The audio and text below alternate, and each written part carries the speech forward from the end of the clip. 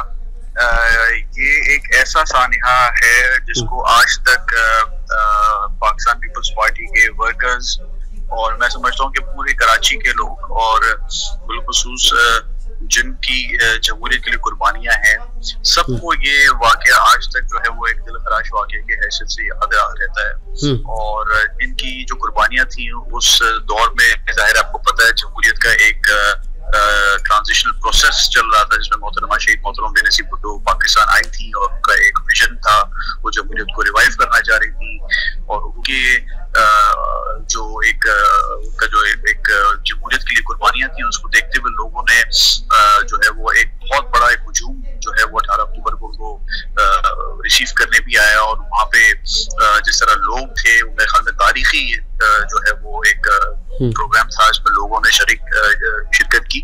तो उसमें ये एक नाखुशगवार वाकया आया, जैसे मैं समझता हूँ कि जो शुहदा थे उनकी कुर्बानियां हमेशा जो है वो सुनहरे हरफों में लिखी जाएंगी। और कई तो ऐसे शुहदा हैं जो मेरे हलके से थे जिनका ताल्लुक था, और उनकी फैमिलीज आज भी जो है वो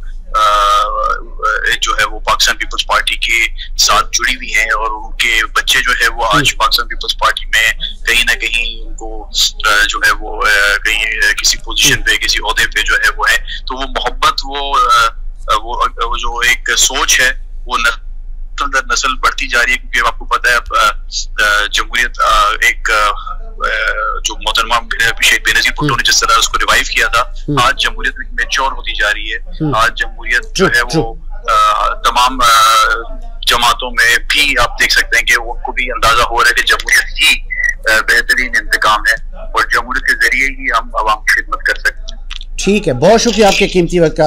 मुस्तफ़ा बलोच साहब ने अपना कीमती वक्त दिया। आप स्पोक पर्सन सिंध गवर्नमेंट के। डॉक्टर फजल साहब, ये जो बहुत सारे लोग शहीद हो गए, हर साल पीपल्स पार्टी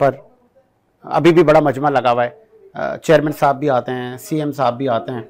ये वही मकाम है कि मुझे याद है ऐसे लाशें दरख्तों पे उनके अज़ा पड़े हुए थे। जालिम दहशत गर्दों ने पहले एक धमाका किया, फिर जब लोग गए बॉडी फिर दूसरा हो गया। पूरी प्लानिंग थी, एक सोची समझी साजिश थी कि बेनजीर को डरा धमका के वापस भेज दिया जाए। ये प्लानिंग तो थी सिक्योरिटी वालों अटैक करने वालों की, लेकिन बेनजीर साहबा बच गई और वो शहीद तो हो गए, लेकिन उसको पीपल्स पार्टी पे अच्छा असर पड़ा ये कि पीपल्स पार्टी पहले से ज़्यादा मुतहद हो गई और वो उनके ये भी जहन में आया कि कोई हमारा दुश्मन है जो हमारी लीडरशिप को फिर कत्ल करना चाहता है। तो उसे कोशिश की, उन्होंने सिक्योरिटी अपनी बेहतर बनाई। और उसके अलावा जो अपना वो करते थे, सिक्योरिटी बेहतर कर ली। तो जब पीपल्स पार्टी वाले मुतहद हो गए तो उनकी कारकर्दगी आगे बेहतर हुई। ये पॉजिटिव इफेक्ट पड़ा। अब पीपल्स पार्टी वालों ने सोचा कि दुश्मन हमारा है, पॉजिटिव इफेक्ट पड़ा। और मैं एक बात और करना चाहूँगा, बेनज़ीर साहबा वो लीडर थी जो ख़वातीन पे उसका ये असर पड़ा कि पहले वो इतनी कमज़ोर थी। हाँ, अब वो खुद मुख्तारी की तरफ। हाँ, जैसे मैंने पहले भी कहा था कि वो टीचर था तो क्वेश्चन करते थे, अगर जवाब आता था तो दे देती थी, नहीं तो रोती थी। लेकिन आज जो है, अगर कमिश्नर हैं, DIG हैं, SSP हैं, तो ये बेनज़ीर की इंस्पायरेशन की वजह से। हाँ, और ये भी है कि कितनी बहादुर है, उसने अटैक हुआ इतना तो भी हार नहीं मानी, बिल्कुल ऐसे ही, फिर डट गई। हाँ, ये शहादत फिर वो अलग है, नसीब हो गई बाद में, लेकिन वो अपना अपने मकसद के लिए डट गई। ये एक बहादुरी का मैसेज दूसरी खवातीन को भी गया। दूसरी खवातीन को भी। मुझे याद है जब बेनज़ीर साहबा फिर अपने बच्चों से दुबई मिलने गई उस ब्लास्ट के बाद, और फिर उस वक्त की डिक्टेटर ने इसका फायदा उठाते हुए मुल्क में इमरजेंसी का नफाज कर दिया। मीर साहब, फिर बेनज़ीर साहबा मुझे याद है रात 10 बजे की फ्लाइट से फौरन वापस आ गई और आकर डिमांड की कि अब आप हमें सदर के ओहदे पर भी नहीं चाहिए हो। जी साजिद साहब, मैं मोहतरमा बेनज़ीर भुट्टो की शान में और शोहदाए जमहूरियत की शान में फैज़ अहमद फैज़ की इस गज़ल से अपनी बात का आगाज़ करूँगा। कब याद में तेरा साथ नहीं, कब हाथ में तेरा हाथ नहीं, सद शुक्र की अपनी रातों में अब हिजर की कोई रात नहीं। मुश्किल है अगर हालात वहाँ, दिल बेच आए जान दे आए, दिल वालों कूचे जाना में, क्या ऐसे भी हालात नहीं।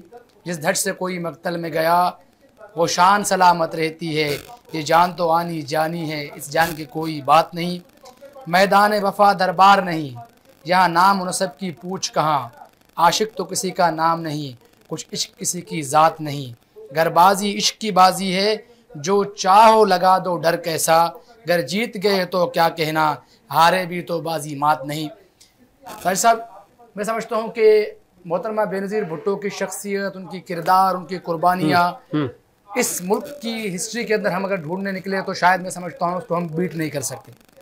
जो वाक़े का आपने जिक्र किया कि जब वो वहाँ से वापस चली गई बच्चों से मिलने के लिए, तो पीछे से उसका फ़ायदा इसलिए उठाया गया कि अब इनको लीड करने वाला कोई नहीं है, वो बाहर है, हम उसको रोक लेंगे, वो वापस नहीं आ रही, तो फौरी इन लोगों ने इमरजेंसी नाफिज कर दी। और पपेट टाइप उस वक्त के कुछ लोगों ने बुज़ुर्गान ने प्रेस कॉन्फ्रेंस की कि बेनज़ीर साहिबा भाग गई, चली गई, उन्होंने डर गई, इमरजेंसी में वापस अपने बच्चों से मिले बिना वापस टिकट करा के कराची एयरपोर्ट पहुंची, और यहाँ से फिर बेनज़ीर साहिबा ने ऐलान किया कि अब आप मुझे वर्दी में भी नहीं चाहिए हो, अब आप मुझे सदर ममलिकत भी नहीं चाहिए हो, और आपको मैं निकाल कर रहूंगी क्योंकि मैं जुल्फ़िकार अली भुट्टो की बेटी हूँ। ये बहुत बड़ी स्टेटमेंट, ये बहुत बड़ी स्टेटमेंट थी। और अगर ये कहा जाए, मेरे मतलब ये मैं एक नाचीज़ का ये तज्जिया ही कह लें, मेरी अपनी एनालिस्ट कह लें कि वो स्टेटमेंट बेनज़ीर साहिबा की शहादत का बायस बनी। देखिए, दरअसल मैं आपसे साजिद भाई इस बात में कहूँ कि मोहतरमा बेनज़ीर भुट्टो के वतन वापसी जो आने का प्रोसेस है, इसके पीछे वो तमाम कुव्वतें जो आइन के दुश्मन हैं, जो मुल्क के दुश्मन हैं, जो इस पाकिस्तान के दुश्मन हैं, वो सब के सब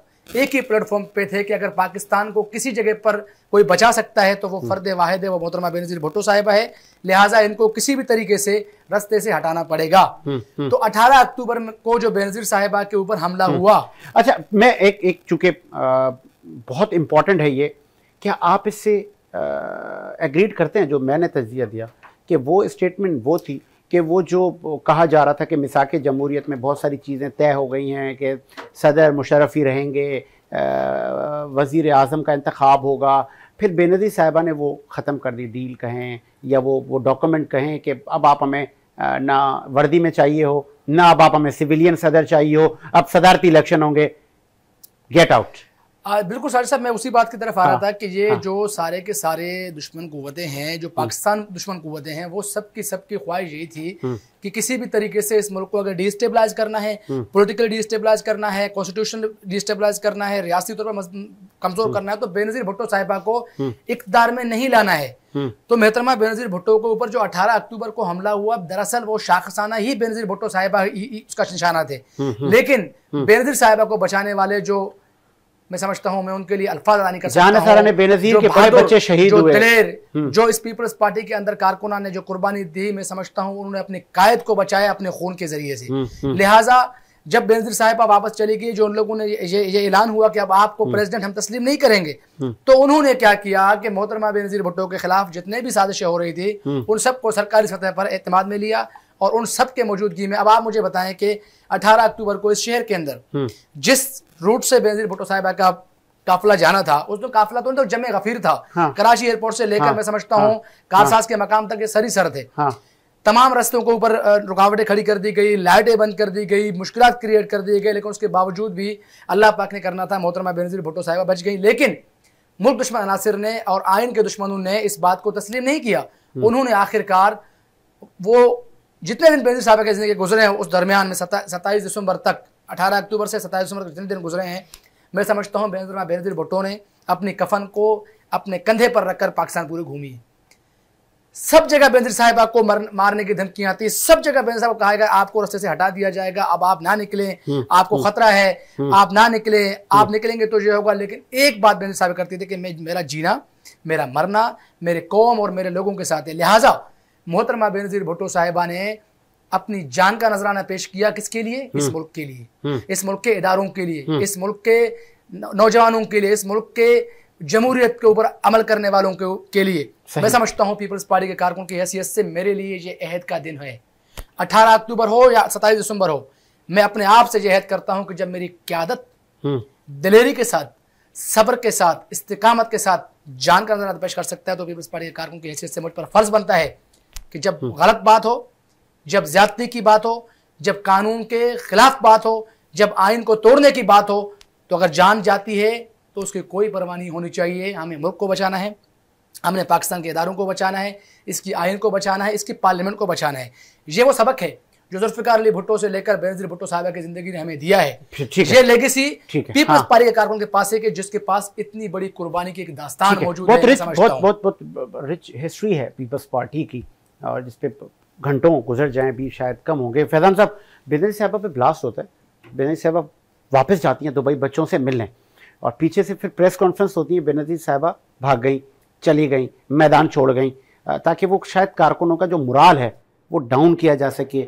फिर इमरजेंसी का नफाज होता है, फिर बेनजीर साहिबा फ़ौरन से आती हैं वापस और कराची एयरपोर्ट पर एक दबंग प्रेस कॉन्फ्रेंस करती हैं, जहाँ पे वो वहाँ के दौल ऐलान करती हैं कि जनरल साहब अब आप हमें नहीं चाहिए। शायद वो बात हजम नहीं हुई लोगों को। देखें, बेनजीर साहिबा का जमहूरियत के लिए जद्दोजहद किसी ढकी छुपी नहीं है। वो अपने वालिद साहब के दौर से लेकर आज तक 90s के दौर में भी आपने देखा कि वो किसी साजिश का हिस्सा नहीं रही, उनको साजिश के जरिए हटाया गया।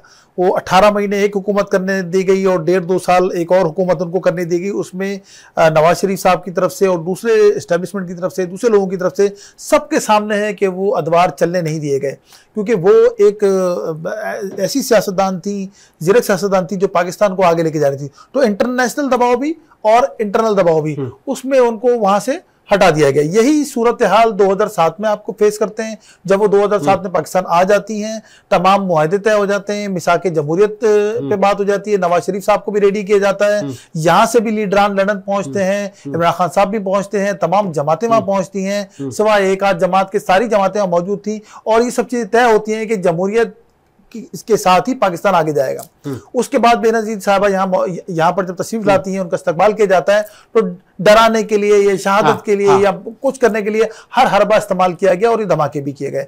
उसके बाद जाहिर सी बात है, मोहतरमा अपने बच्चों से मिलने के लिए और आसिफ से मिलने के लिए जब दुबई जाती हैं, तो फिर ये बातें पीछे से चलने शुरू हो जाती हैं कि ये यहाँ से चली गई, डर गई, ऐसा कुछ हो गया। जबकि वो यहाँ पर जिस दिन धमाका हुआ उसके सुबह भी अपने सियासी मसरूफियात में मौजूद थी, उसके अगले दिन भी मौजूद थी। उसके बाद जब वो दोबारा कराची कराची पीछे से इमरजेंसी लगा दी जाती है। इमरजेंसी लगा दी जाती है, उसके अजाइम डिफरेंट थे कि इमरजेंसी अगर कामयाब हो जाती है, इमरजेंसी में अगर कोई बोलता नहीं है तो वो उसके असरात ऐसे ही होने थे जो जिस तरह मार्शल लॉ और डिफरेंट चीजें चलती हैं। जब एजिटेशन हुई, पीपल्स पार्टी के लोग आए, मोहतरमा फौरन यहाँ पहुंच गई, तो वो इमरजेंसी का निफाज ज्यादा अरसे चल नहीं सका और उसका कोई इनको समर नहीं मिल सका। उसके बाद उनके ऊपर यके बाद कई दफा उन पर अटैक की कोशिश की गई, जिसके लिए उन्होंने लेटर तक लिखा कि अगर मुझे मारा गया तो ये 3-4 लोग इन्वॉल्व होंगे, इनसे इंक्वायरी की जाए। वो तारीख का हिस्सा सारी चीजें, ये सब बातें उनकी कही हुई हैं। उन्होंने तमाम एजेंसियों को आगाह किया और जब ये पिंडी का जलसा होता है और वहां पर उनको शहीद कर दिया जाता है, उसके बाद भी पाकिस्तान पीपल्स पार्टी ने सबर का दामन हाथ से नहीं जाने दिया। उसके बाद भी पाकिस्तान के साथ खड़े रहे, उसके बाद भी इलेक्शन में हिस्सा लिया। उसके बाद इलेक्शन में हिस्सा लेके जब गवर्नमेंट में आए तो एक रिसेशन देखने को मिला। 2008 से 2013 तक पाकिस्तान को रिसेशन देखने को मिला। उसके बावजूद भी तमाम जगहों पे आसिफ अली जरदारी साहब ने मोहतरमा के जो शागिर्द थे, मोहतरमा के साथ जो काम करते थे, जो कुलीग्स थे, जो मोहतरमा के कई अदवार में उनके साथ रहे, वो इस पाकिस्तान को लेकर आगे चले। और उसके बाद आपने देखा कि 2013 में फिर वही मामला हुए और आज भी यही मामला है कि जब एक जमहूरियत के लिए जब बात की गई तो आसिफ अली जरदारी साहब ने नवाज शरीफ साहब को अपना वोट भी दिया, आज भी वोट दिया, पहले भी दिया, और उसके जवाब में हमें जो पंजाब से जो सूरत-ए-हाल फेस करनी पड़ी वो भी आपके सामने है। चले, एक मुझे वक्फे का कहा जा रहा है, एक वक्फा लेते हैं, वक्फे के बाद आते हैं।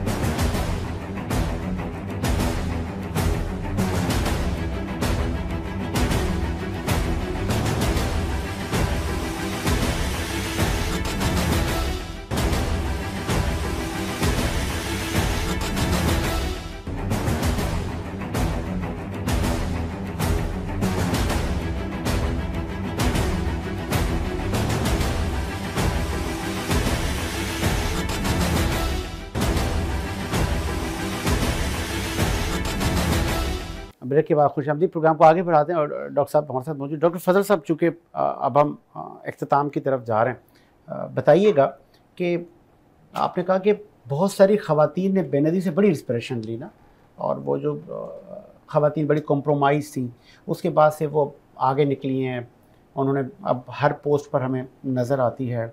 लेकिन बेनज़ीर साहिबा एक अच्छी माँ, एक अच्छी बहन, एक अच्छी बीवी भी तो थी। तो मैं उस वक्त लाड़काना में मोहनजोदड़ो एयरपोर्ट पे था जब शाहनवाज की डेथ हो गई, तो वो डेड बॉडी बेनज़ीर ले आई लाड़काना में। बताएं। तो एक जिम्मेदार बहन और बिलावल की परवरिश किसने की, और आसफा की और बख्तावर की, दुबई में मुश्किल हालात में। बिल्कुल ऐसा ही है, सिंगल मदर होके, सिंगल मदर, क्योंकि जरदारी साहब तो जेल में थे ना, तो ऐसी परवरिश की कि आप बिलावल साहब को देख रहे हैं खुद, तो अच्छी माँ। और फिर वो आजमाइश के जरदारी साहब जेल में बेनज़ीर साहबा जेल में मिलने जा रही हैं। हाँ, वो भी टेंशन अलग, उसको भी निभा रही थी। बताएं। जेल में फ्रिक्वेंटली जाती थी। तो इसका मतलब है अच्छी बीवी, अच्छी माँ, अच्छी बहन, अच्छी बीवी। उसके अलावा ऐसे कारकुनों से बहुत ज्यादा मोहब्बत थी। मैं एक कोट करूंगा, जुल्फ़कार कादरी, आप जानते नहीं है, पता नहीं, कंबर का जो है वो है जर्नलिस्ट है कंबर में, कंबर शदाद को, उसके घर जाती थी। उसके घर जाके उसकी माँ के पास बीमार होती थी या डेथ हो गई, तो उधर उसके घर जाके ताज़ियत करने के खुद जाती थी, कारकुनों के पास जाती थी, और कारकुनों से उसका बाकायदा लगाव था, और फैमिली के साथ उसके अच्छे ताल्लुकात थे। फैमिली का मतलब ये नवाब नबी बख्श खान भुट्टो, ये भी तो फैमिली थी ना उसकी, उनसे इसके अच्छे ताल्लुकात थे।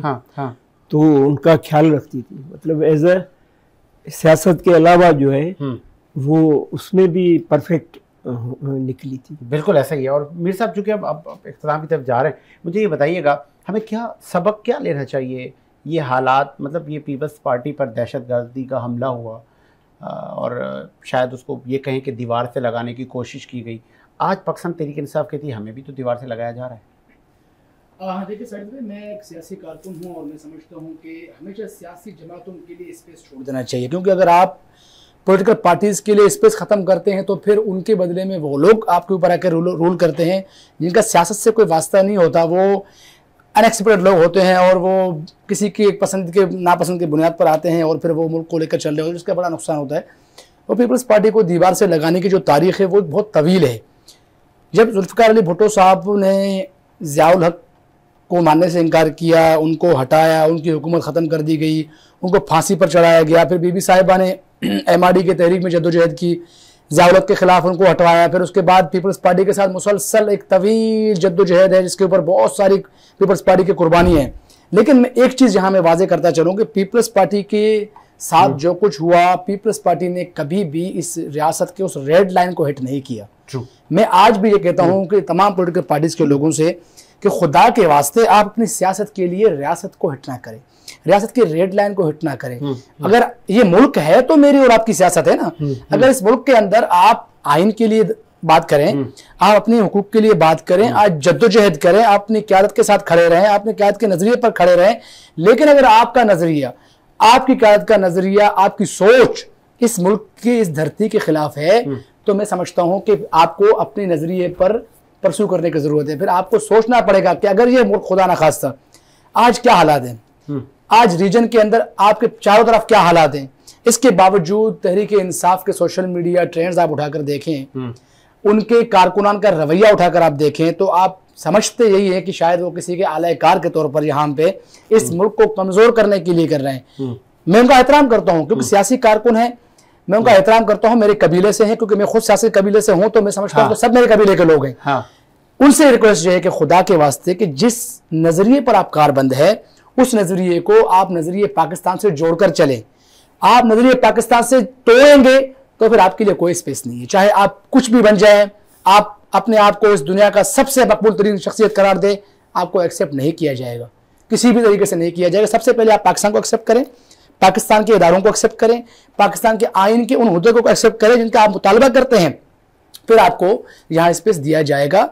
और स्पेस दिया जाना चाहिए अदालतों के ज़रिए से नहीं, पुलिस थानों के ज़रिए से नहीं, पॉलिटिकल मैदान के ज़रिए से, वोट के ज़रिए से, इलेक्शंस के ज़रिए से, और उस तमाम के तमाम जो रियासत का आपका स्ट्रक्चर है उसको समझते हुए, उसके अंदर चलते हुए। एक और बात मैं भी कहता चलूँगा, देखिए हम एक तरफ कहते हैं कि हम पे जुल्म है, सितम है, मामलात है, सब कुछ है। कल ही उनका जो मोहतरम नया CM साहब है, नौजवान है, काबिल इज्जत है, मैं सोहेल अफरीदी नौजवान एक लड़का है, उसको मौका दिया गया, अप्रिशिएट करते हैं इस बात को। लेकिन उसने जो लबो लहजा इख्तियार किया अपने पहले स्पीच में, मेरे भाई सूबा जज्बात से नहीं चलाया जाता, लातों से नहीं चलाए जाते, बदमाशियों से नहीं चलाए जाते। आपको सूबा एक सूबा एग्जीक्यूटिव का एक पोस्ट है, आप सूबा एग्जीक्यूटिव है, आपको उस पोस्ट के लेवल पे अपने आप को मैच्योरिटी लाने की जरूरत है। खुदा के लिए आप किस किस्म का लबो लहजा, किसको दिखाना चाह रहे हैं, किसको बताना चाह रहे हैं, मैं समझता हूँ ये चीजें सियासत के अंदर अब खत्म होनी चाहिए। हमें एक मुहज़्ज़िब सियासत, मैं इश्क़ इमरान में मारा जाऊंगा, अच्छी बात है। मैं समझता हूँ अगर कोई अपनी क़यादत के लिए मरना चाहता है, हमें उससे कोई इतराज़ नहीं है, क्योंकि हम भी 18 अक्टूबर को अपनी क़यादत पे की इश्क में मरे हैं। लेकिन अगर इश्क़ इमरान के अंदर जो लबो लहजा है, मुझे उस पर बड़ा एतराज़ है कि आप सूबे के चीफ एग्जीक्यूटिव मुंतखब हो गए, कांग्रेचुलेशन आपको। अगर आपकी पार्टी ने टिकट दिया है, आप नौजवान हैं, आपको मौका दिया गया, लेकिन अब उस नौजवान को चाहिए कि आप अपने आप को उस रिवायती सियासत से हटाकर एक पैरेलल लाइन दे, एक नौजवानों को रास्ता दे और उनको बताए कि मेरे एक नौजवान हूँ, नीचे से उठकर आया हूँ, मुझे मेरी क़यादत ने मौका दिया है, और अपनी परफॉर्मेंस से साबित करें। एक वक्फा लेते हैं जी, वक्फे के बाद हाजिर होते हैं।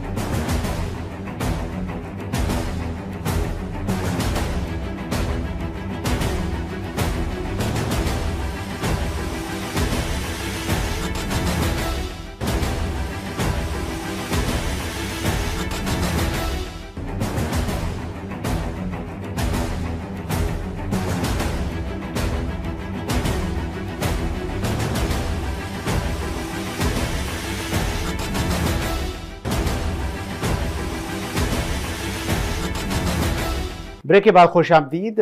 ट्रिब्यूट और red salute to the martyrs of सानिया कारसाज 18 अक्टूबर 2007 में जमहूरियत की परवानों ने जाम शहादत नोश किया, और गालबन उन्हीं की मरून मिन्नत आज जमहूरियत का चौथा दौर फल फूल रहा है। इस वक्त हमें ज्वाइन किया है सीनियर सियासतदान हैं आपकी सिंध में, पाकिस्तान में, और एक सियासत की एक लेगेसी है, आबा अजदाद से आप अपने ही हलके से जीतते आ रहे हैं, और पाकिस्तान पीपल्स पार्टी और स्पेशली मौजूदा सदर आसिफ अली जरदारी साहब के आप करीबी दोस्तों में, वेल विशर्स में आपका नाम है। डॉक्टर सुराब खान सक्सेस में ज्वाइन किया। सर डॉक्टर साहब खुश आमदीद कीजिए शो में।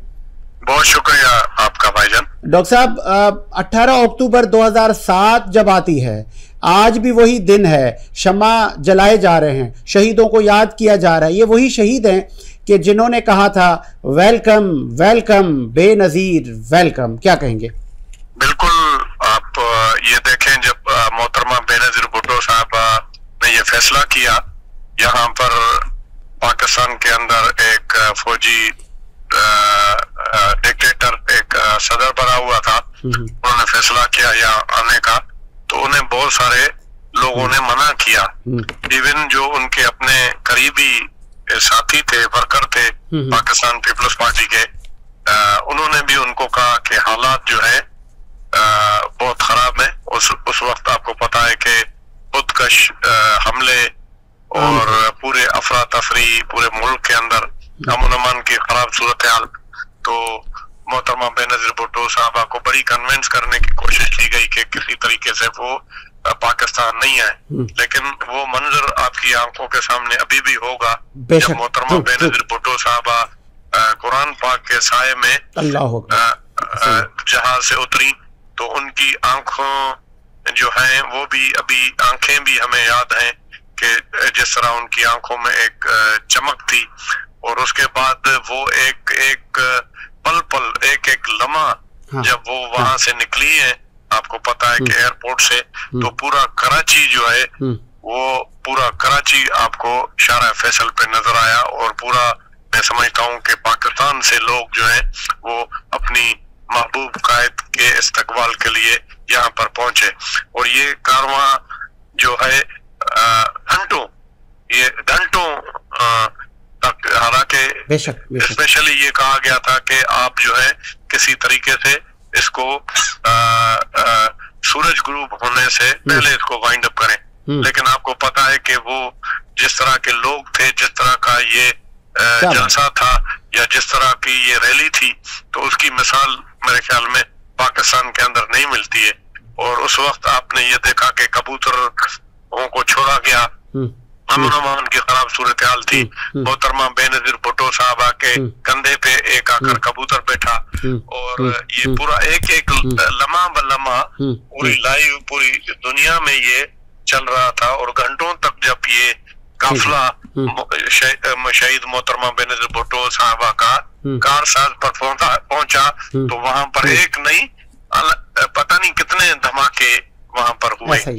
और आपने खुद देखा कि न सिर्फ बेचारे हमारे कारकुन पाकिस्तान पीपल्स पार्टी के सैकड़ों की तादाद में वहां पर शहीद हुए, उसके साथ साथ मोहतरमा बेनजीर भुट्टो साहबा के साथ जो हमारे कायदीन थे, लीडरशिप थी, जो कि वो एक कंटेनर के ऊपर थे, वो भी जख्मी हुए।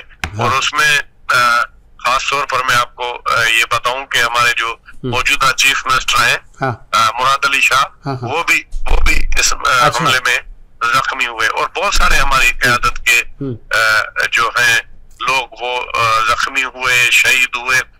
बड़ी मुश्किल से मोहतरमा बेनजीर भुट्टो साहब को वहां से निकाला गया, हर तरफ लाशें ही लाशें बिखरी हुई थी। लेकिन मैंने ये दुनिया के अंदर, मैं आपको बता रहा हूँ कि दुनिया के अंदर मैंने बहुत सारे देखे हैं प्रोसेशन या जलसे जुलूस, आपको पता है, और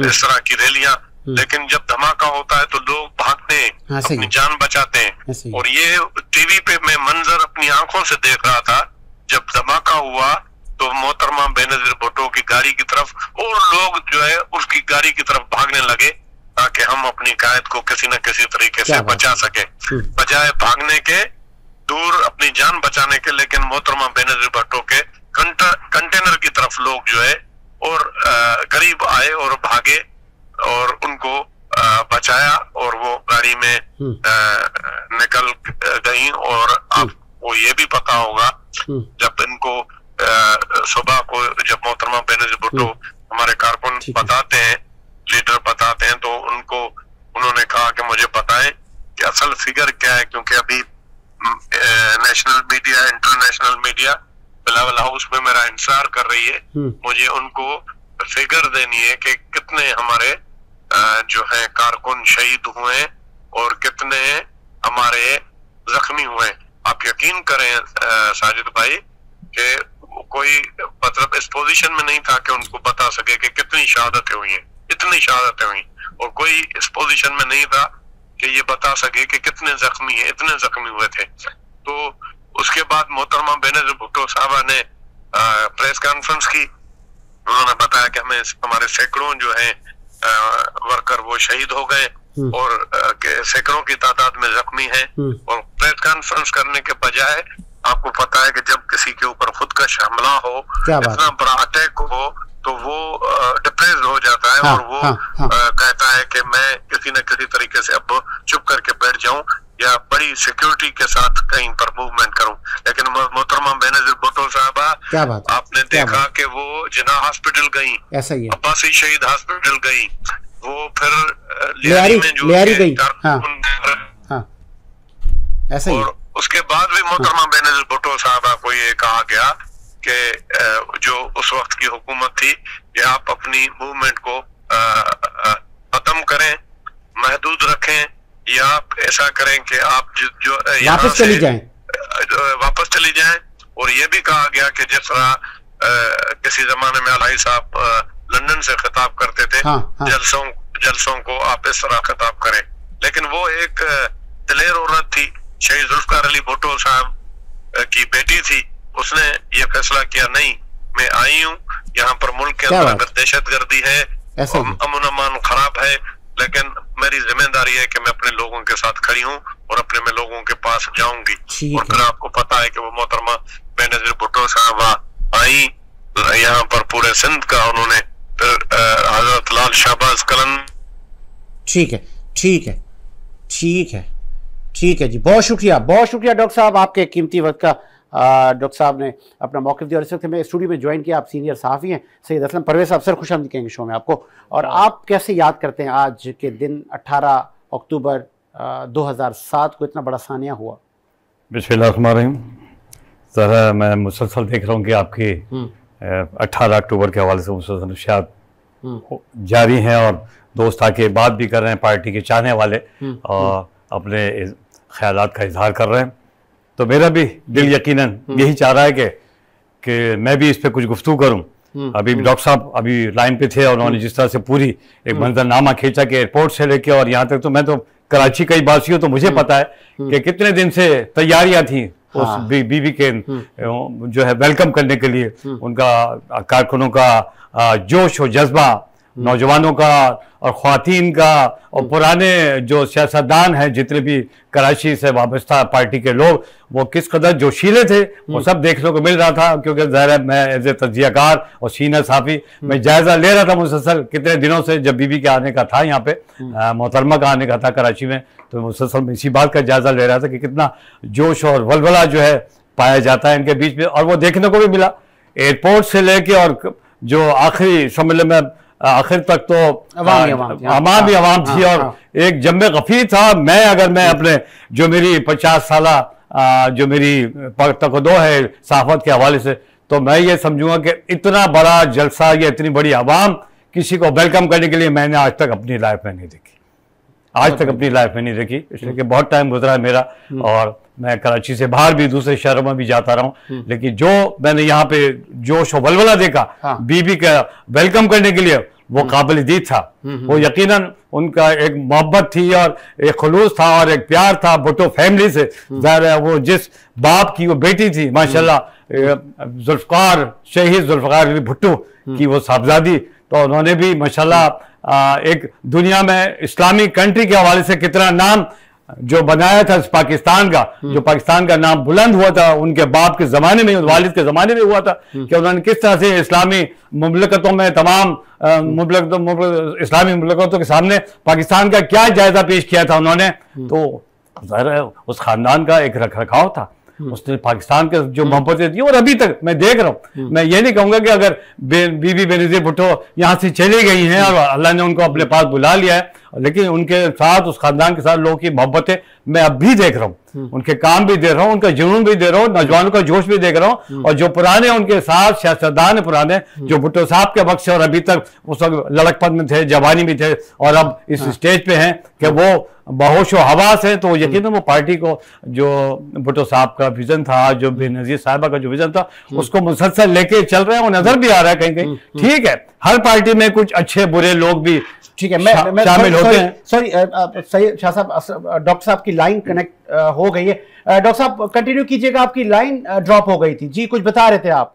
हाँ, मैं ये बता रहा था कि मोहतरमा बेनज़ीर भुट्टो साहबा फिर बगैर प्रोटोकॉल के रात में लाल शहबाज कलंदर के मजार पर आई, उन्होंने वहां पर दुआ मांगी और फिर अपना पूरा जो उनका शेड्यूल था पूरे मुल्क के अंदर, जो इलेक्शन फिर मुलतवी हो गए उस टाइम के लिए, उन्होंने पूरा जो है हर जगह जहां पर उनकी एंगेजमेंट्स थी, जहां पर उनके प्रोग्राम थे, रैलीज थी, उनसे जलसों से खिताब करना था, अल्हम्दुलिल्लाह वो सारा किया। और आखिर जब वहां पर पिंडी में गई तो उन्होंने शहादत नोश की। तो मोहतरमा बेनज़ीर भुट्टो साहबा जैसे अजीम कायद लीडर ये सदियों में पैदा होते हैं। क्या बात। बहरहाल ये उनके लिए जब भी कोई ऐसे मौके आते हैं, जिस तरह 18 अक्टूबर का हो गया, 27 दिसंबर का मौका आ गया, तो मोहतरमा बेनज़ीर भुट्टो की याद आती है। वैसे तो ये हर रोज इनकी याद आती है, लेकिन इन दिनों में और ज्यादा शिद्दत के साथ हमें याद आती है। हमें ये फख्र है मुझे कि मैंने उनके साथ एक स्टूडेंट कारकुन की हैसियत से या कह लें या लीडर की हैसियत से मैंने काम किया, एज अ पार्लियामेंट्रियन काम किया, एज अ पार्टी ओहदेदार, जनरल सेक्रेटरी जिला जैकाबाद और प्रेसिडेंट जिला जैकाबाद की हैसियत से काम किया और उनसे बहुत कुछ सीखा। अच्छा, सदर मुमलिकत आसिफ अली जरदारी से भी आपके बड़े देरीना ताल्लुकात हैं, ऐसा ही है? उनके साथ भी आपने उस वक्त में आप खड़े रहे कि जब मुझे याद है सदर साहब जेल में थे और उन पर जेल में तशद्दुद किया जाता था। बिल्कुल, मैं आपको बताऊं कि जब आसिफ अली जरदारी साहब की जबान काटी गई तो वहां पर हम 3 आदमी पहुंचे सीआई सेंटर सदर में। और मैं था, आफ्ताब शहबान मीरानी साहब थे और निसार अहमद खोड़ो साहब थे। फिर वहां से सदर जरदारी साहब को वहां से ले जाया गया और उनको यहाँ तक तशद्दुद किया गया सीआई सेंटर कराची सदर में कि अगर और ज्यादा कुछ देर वहां पर रखा जाता तो वो खुदा न खासा उस वक्त उनकी जिंदगी खत्म हो जाती। लेकिन एक पुलिस अफसर थे बहादुर, उन्होंने जो है उनको वहां से जबरदस्ती उठा के किसी और जगह मुंतकिल किया और फिर ये जो है बात पूरे मुल्क के अंदर फैल गई। उस जमाने में इलेक्ट्रॉनिक मीडिया इतना नहीं था, प्रिंट मीडिया था और पीटीवी थी, लेकिन ये है कि अखबारों में ये बात छपी और लोगों तक ये बात पहुंची तो पूरे कराची के काफी हमारे कारकुन और बहुत सारे शहरी वो भी निकल के आए और उसके नतीजे में आसिफ अली जरदारी साहब की जिंदगी बच गई। आसिफ अली जरदारी के साथ हमने शुरू से ही उनके साथ मोहतरमा बेनज़ीर भुट्टो जब वो यहाँ पर जेल में जाया करती थी तो 97 वाले दौर में मोहतरमा बेनज़ीर भुट्टो का मेरे ऊपर बहुत बड़ा एहसान है। वो मुझे साथ लेकर जाती थी, आसिफ अली जरदारी साहब से मुलाकात होती थी और खुद मैं आसिफ अली जरदारी साहब के साथ जेल में भी रहा हूँ, सेंट्रल जेल कराची के अंदर एज अ पॉलिटिकल प्रिजनर। उनके खिलाफ बहुत बड़ी प्रोपेगेंडा होती है, लेकिन मैं ये समझता हूँ कि पाकिस्तान में जितने भी मौजूदा सियासतदान है उनमें सबसे जीरक, सीनियर, बुर्दवार और मुफाहमत के बादशाह। और आप ये देखें कि जनरल मुशर्रफ से लेकर फिर ये इवन मियां मोहम्मद नवाज शरीफ साहब जो है वो इवन जो है 2008 की इलेक्शन लड़ने के लिए तैयार नहीं थे, उनको कन्विंस किया और उसके बाद उन्होंने 2013 में बाद में ये प्राइम मिनिस्टर बने। आपको पता है कि फिर ये इन सूरत हाल ये थी कि सब ये कह रहे थे कि जब इमरान खान हुकूमत में था आप जल्दी इस्तीफा दें, असेंबलियों से बाहर निकले। ये वाहिद आदमी था जिसने असेंबली में ये खड़े होकर कहा कि भाई हम आपको नहीं गिराएंगे, आप खुद गिरेंगे। क्या बात है। और आपने ये देखा कि वो खुद गिरे और मियां मोहम्मद नवाज शरीफ और जो भी पीटीए में थी उसे नाराज हो गई। इवन आपको पता है कि पीटीए में से ही पाकिस्तान पीपल्स पार्टी को निकाल दिया।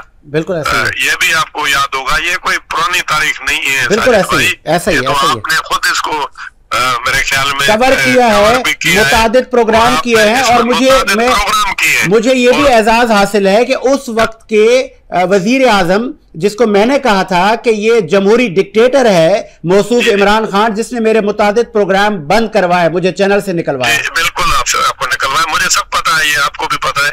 तो फिर आसिफ अली जरदारी ने इनको कन्विंस किया और ये कहा कि आप कतई तौर पर किसी भी सूरत में असेंबलियों से इस्तीफा नहीं दे। हालांकि ये नून लीग वाले पीटीएम वालों ने बाकायदे फैसला किया और वही असेंबली उसी असेंबली में रहते हुए आपको पता है कि वोट ऑफ नो कॉन्फिडेंस आया और इमरान खान जिसको ये कहते थे कि ये फाशिस्ट वजीर आजम है नून लीग वाले, और बड़े परेशान थे और इनकी जान नहीं छूट रही थी। आपको पता है कि ये बिल्कुल आजाब में थे। और अभी सूरत हाल आपको पता है कि ये अब किस तरह की बातें कर रहे हैं। ये जितने अल्लाह सबसे बहुत बड़ा है। अगर देखा जाए अल्लाह के बाद जो है इवन नून लीग के ऊपर जो सबसे बड़े ज्यादा एहसान है वो आसिफ अली जरदारी के हैं और उन्होंने ही मतलब ये सारी सूरत हाल पैदा की कि आज दूसरी मर्तबा शहबाज शरीफ पाकिस्तान के वजीर आज़म। क्या बात है, बहुत खूबसूरत दलील के साथ आपने गुफ्तगू की डॉक्टर साहब। बहुत शुक्रिया आपके कीमती वक्त का। डॉक्टर सुराब सर की अपना टाइम दिया। मुझे साथ इजाज़त दीजिए। अल्लाह हाफ़िज़।